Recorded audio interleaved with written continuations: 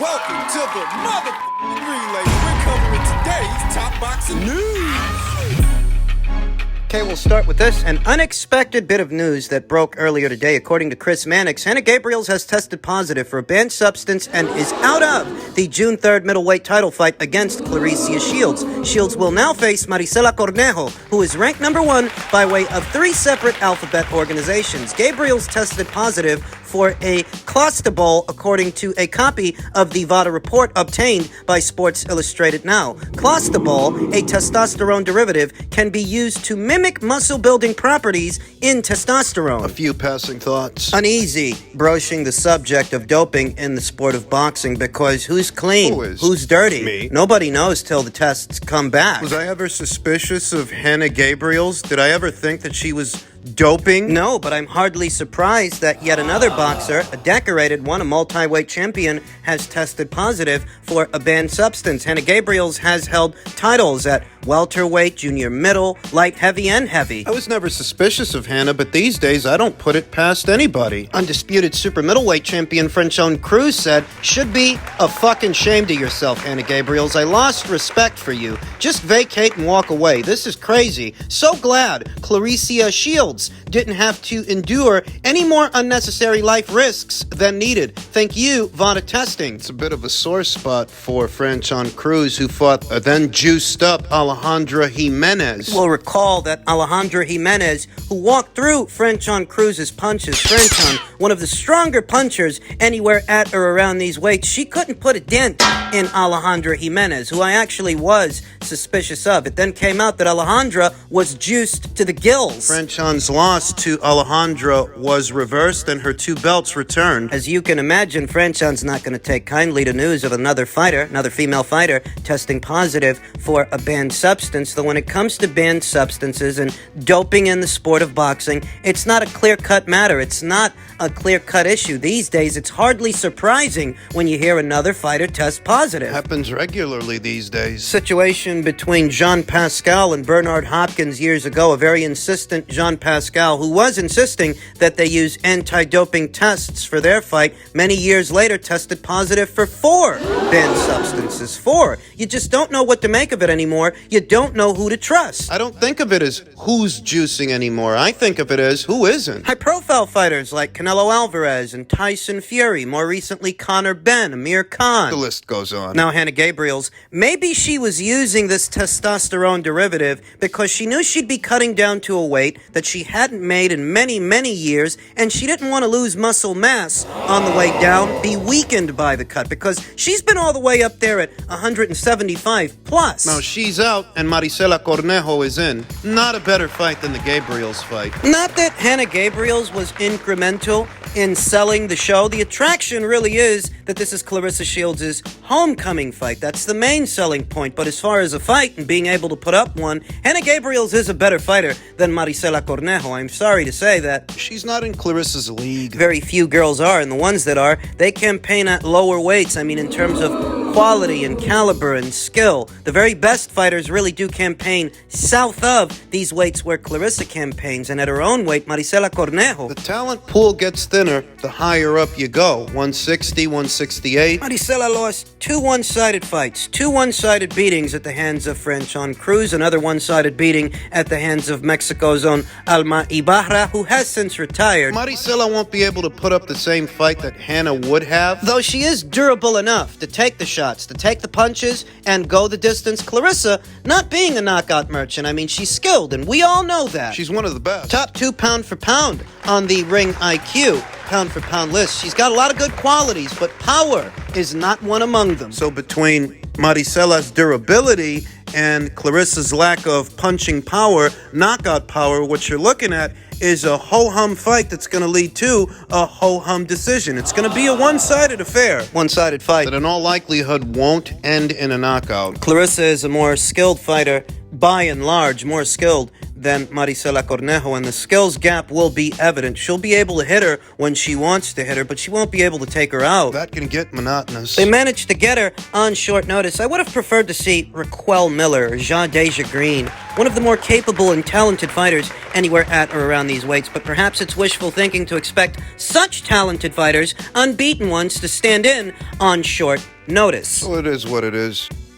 In men's heavyweight news, I'm sure most of you have heard by now that Alexander Usyk's promoter, Alexander Krassyuk, has announced that they have won the purse bid for Usyk versus Daniel Dubois and intend to stage the WBA, IBF, and WBO heavyweight world title fight on August 12th in Wrocław, Poland. Why Poland? It's not like they can do it in the Ukraine. They're at war, you know. What about the UK? I do feel like there is more to this story than meets the eye. I looked around. I didn't see anything in terms of broadcast information, broadcast info as to where exactly did K2 Promotions, that doesn't do that many shows, where'd they get the money to win this purse bid? They beat out Frank Warren, you know. Where'd you get the money, Johnny? Former WBC champion Deontay Wilder, who was tabbed to face Alexander Usyk if Daniel Dubois was rendered unable to compete, said, "I'm all for it, but he's a little afraid. Not a little afraid, a lot afraid. I'm ready to go at any given moment," in reference to a fight with Alexander Usyk, who's currently under orders to fight Daniel Dubois. Maybe Wilder doesn't know this is a mandated title defense, a mandatory. A little over a week ago, it was thought that Usyk might end up facing Deontay Wilder, but only on the premise that Daniel pulls out, that Daniel withdraws. Deontay Wilder's right behind him. The WBA made it clear that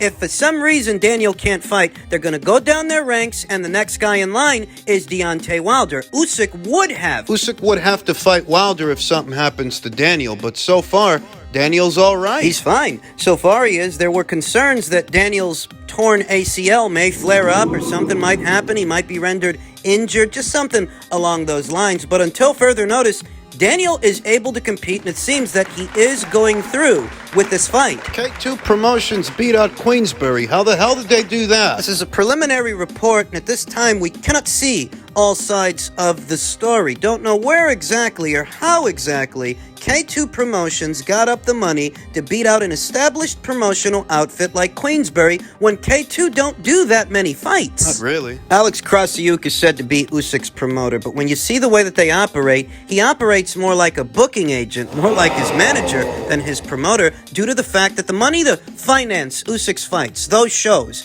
it seems to have been coming from Matchroom. You know, the Joshua fight, the Chisora fight, the Bellew fight. Those fights happened on Matchroom's dime, not K2's. The money to bankroll those shows. And for the longest time, that's the way it's been. Now, this is a show that Usyk and Daniel Dubois will be headlining, so who should we expect to see on the undercard? Because they mean to do this show in Poland. Should we expect to see a bunch of Polish guys on the undercard? Money it took to win the purse bid. The winning bid, by way of Alexander Krassyuk, was $8 million. $8 million to Frank Warren's $5.6 million. I know it pales in comparison to, say, that Saudi money and what the Saudis are willing to put up for that big showdown, that big show later on this year, but that's still a lot of money. $8 million. $8 million. It's more than Frank Warren was willing to put up, and we know he's got BT Sport backing him. $8 million for a show set to go down in Poland. Where the hell did Alexander Krassyuk get that money? Did he pair up with some local promotional outfit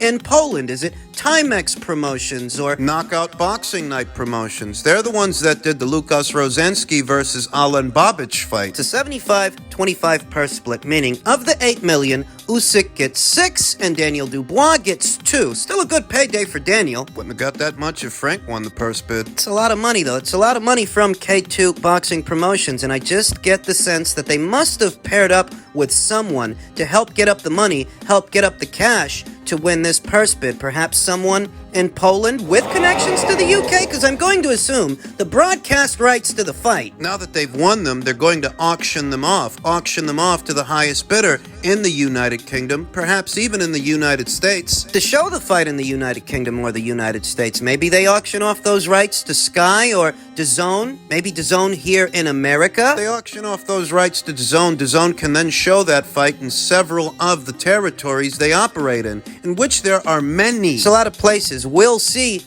who ends up showing this fight abroad outside of Poland and whether or not it will be made available in America. That will answer the question as to where exactly did K2 get $8 million? It's entirely possible they used money of their own, but it's also possible they paired up with somebody to help them get that money. Maybe they paired up with Sky. Maybe they paired up with DAZN and Matchroom. In tandem with some investor in Poland. I mean, there's a lot of ways it could break down, but I am surprised that K2 Promotions beat out Queensberry, because Queensberry has an entire network, a broadcast network behind them. K2 doesn't. This is tantamount to, say, Dimitri Salita beating a Top Rank out at a purse bid or a Matchroom. It's peculiar. You really don't expect that. And now that they've secured the rights to the fight, I can only assume they're going to auction them off in different markets, different territories where they feel they can turn over a profit with this fight, particularly the United Kingdom, where Usyk has been fighting out of for the longest time. He's got fans there. Daniel Dubois,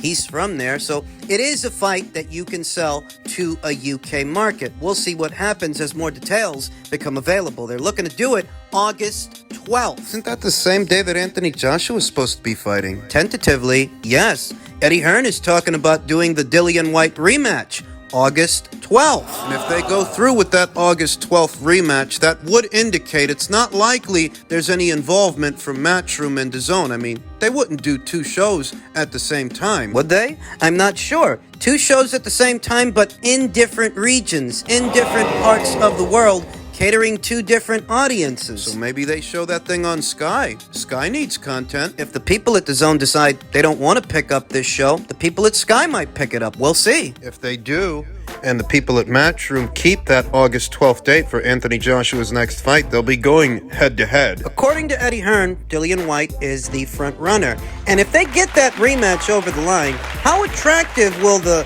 Usyk versus Dubois fight be to Sky? In terms of picking up the rights to it, then airing it at the same time as a Matchroom show. There's a lot to reconcile there. As a consumer, as a paying customer, being honest with you, I actually like the Usyk versus Dubois fight a little more than the Joshua versus Whyte rematch. If it were Joshua versus Valine or Joshua versus Hrgovic. Not that I have to choose, because you can watch one fight on your TV and the other on your smartphone or tablet, laptop. I am a little bit more intrigued by the Usyk versus Dubois fight because, well, there's more on the line, and we've already seen Joshua knock out Dillian Whyte before. I have to be honest, doing that rematch just for the sake of doing that rematch, it seems a little bit lazy. They can make money with it, but it's just not that interesting to me, whereas Usyk versus Dubois, I like that a little better. en route to what is supposed to be an undisputed showdown later on this year between Usyk and Tyson Fury. Tyson Fury, who says, I'll punch Usyk's face in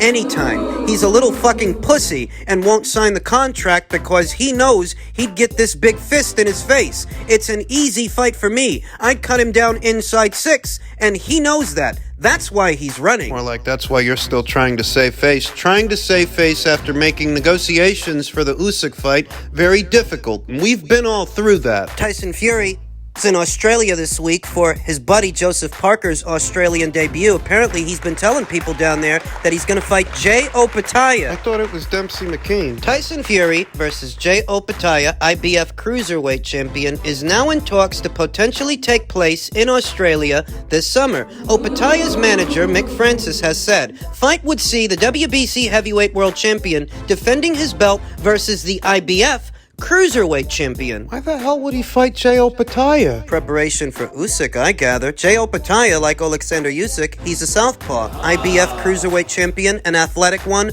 a mobile one, a snappy one. But what about Dempsey Mckean? Comes to that fight, Tyson Fury has now confirmed that Dempsey Mckean is a frontrunner for his potential next fight in Australia. McKean's a top 10 heavyweight and definitely one of the frontrunners. If the Alexander Usyk fight is happening, it'd be great preparation because he's a southpaw too. Something very unusual about all of this. But it is true that both Dempsey Mckean and Jay Opetaia are southpaws, though ideally, you don't want to fight Dempsey Mckean as preparation for Usyk because he's a lot bigger than Usyk. I mean, he's nimble, has good speed and good snap on his shots, but he's not the carbon copy of Usyk. The better preparation for a cruiserweight who moved up in weight like Usyk is another cruiserweight in Jay Opetaia. That if you have to choose between those two, Jay would give you better preparation and better work for an Usyk fight than Dempsey Mckean. Not saying that Dempsey ain't all right. But he's a big guy, Yeah. bigger target than Usyk would be. Ebony Bridges caught wind of all of this and reacted by saying, She knows a thing or two about the Australian boxing scene. She's the queen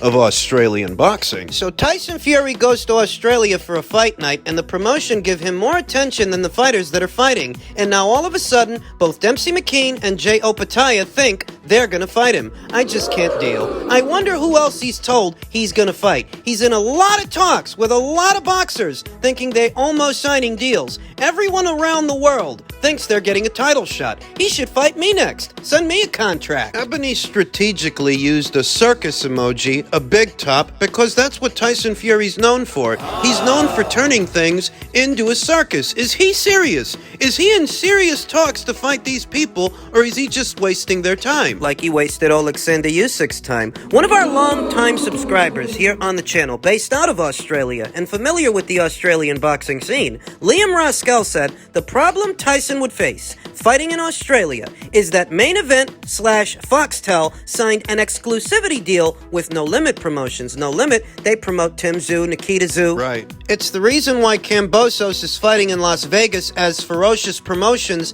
can broadcast international fights on Main Event pay-per-view. The only other alternative is apps like DAZN or Stan Sports that may pay for the fight, but it wouldn't be big money. It's just smoke and mirrors from Tyson, telling the locals what they want to hear. Liam doesn't believe that Tyson Fury is serious, and neither does Ebony Bridges. I get the sense that Ebony is skeptical. She doesn't really believe Tyson Fury either. I mean, there is a rhyme and reason to these fights. You know, these two southpaws, Dempsey Mckean and Jay Opetaia, that would be preparation for an Usyk fight. But why in Australia? Why not in the UK? Why not in America? Conventionally, these are the markets that Tyson Fury's fights have been marketed to, catering to an American audience and a British one. You gotta go to Australia to fight a southpaw? You can't bring them to you? That's what stands out, that why can't Tyson Fury just fight these fighters in the UK market on BT Sport and Queensbury's dime? Why is he now looking to fight abroad? I mean, that he's looking at more than one guy, more than one southpaw, that's really not that peculiar. You know, oftentimes when guys are looking for a fight,